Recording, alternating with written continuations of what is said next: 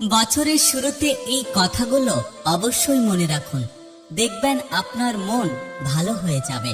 প্রশংসা তুমি যত ইচ্ছে করো, কিন্তু কাউকে অপমান ভেবেচিন্তে করো, কারণ অপমান হলো সেই ঋণ যা সুযোগ পেলে সবাই সুদ সমেত ফেরত দেয়।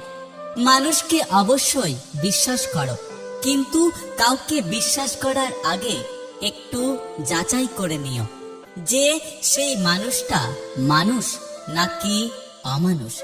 মিথ্যে কথা বলার জন্য তীক্ষ্ণ বুদ্ধি এবং প্রখর স্মৃতিশক্তির প্রয়োজন হয়, এবং সত্য কথা বলার জন্য শুধু সততার প্রয়োজন হয়।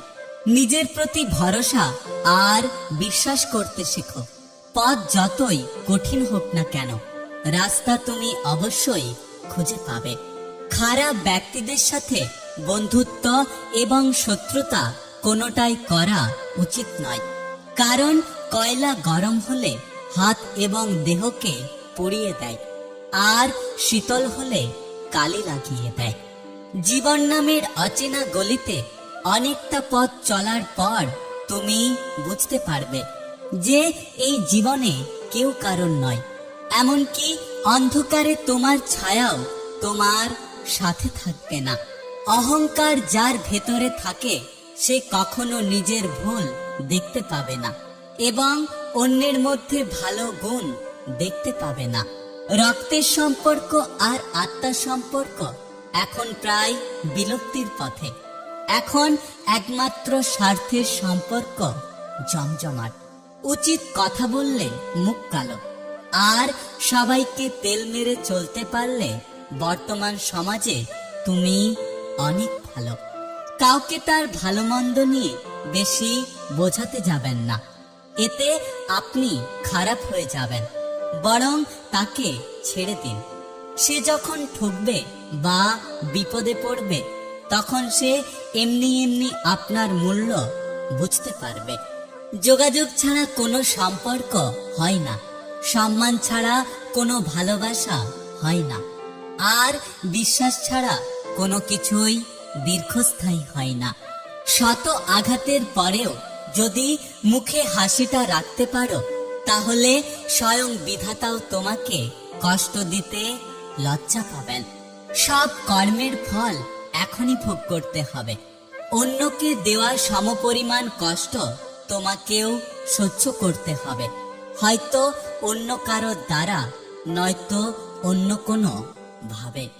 শেষের জীবনটা কেমন কাটবে সেটা আপনার অর্থ বা ধন সম্পত্তি ঠিক করবে না, সেটা ঠিক করবে আপনার সন্তানকে দেওয়া সংস্কার। হারিয়ে যাওয়া সূর্যকে 12 ঘন্টা পর ফিরে পাওয়া যায়, কিন্তু হারিয়ে যাওয়া বিশ্বাসকে সারা জীবন অপেক্ষা করলেও কখনো ফিরে পাওয়া যায় না। সত্য কখনো দাবি করে না যে আমি সত্য, কিন্তু মিথ্যা সবসময় দাবি করে যে কেবল আমি সত্য। অতীত ভেবে লাভ নেই, কারণ সেটা হারিয়ে গেছে। যদি ভাবতেই হয় তাহলে বর্তমান নিয়ে ভাবো, কারণ পুরো ভবিষ্যৎ তোমার বর্তমানের উপর নির্ভর করছে। ময়লা শুধু রাস্তার পাশে ডাস্টবিনে থাকে না, কিছু মানুষের অন্তরেও থাকে।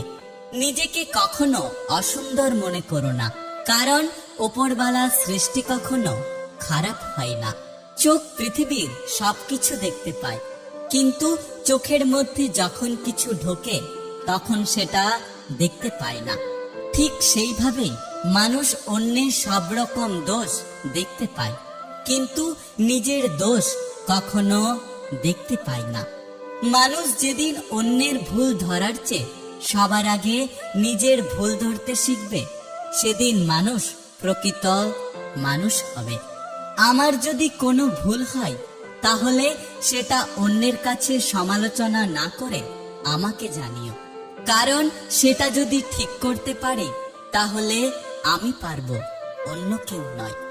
আমি কারোর কাছে ভালো, আবার কারোর কাছে খারাপ। আসলে সত্যিটা কি জানেন তো? যার মানসিকতা যেমন, তার কাছে আমি তেমন। একটা কথা কি জানো তো, আমরা সবাই পাপী। আপন পাপের বাটখারা দিয়ে অন্যের পাপ মাপি। চেনা রাস্তায় চেনা মানুষ যখন ভীষণ অচেনা হয়ে ওঠে, তখন কথা না বাড়িয়ে দূরত্ব বাড়ানোটাই শ্রেয়। এতে সময় এবং সম্মান দুটোই বাঁচে। কেউ যদি ছেড়ে যাওয়ার ইচ্ছে পোষণ করে, তাহলে তাকে মুক্তি দাও। কারণ একটা কথা সবসময় মনে রেখো, খাঁচার পাখিকে কখনো পোষ মানানো যায় না। কতটা ভালোবাসি জানি না, তবে মন খারাপ হলে সবার আগে তোমাকে খুঁজি। স্বপ্নের শহরে সবাই সুখী, কিন্তু বাস্তবে তার বিপরীতমুখী। বদলে যাওয়ার মতো আনন্দ বদলা নিয়ে পাওয়া যায় না।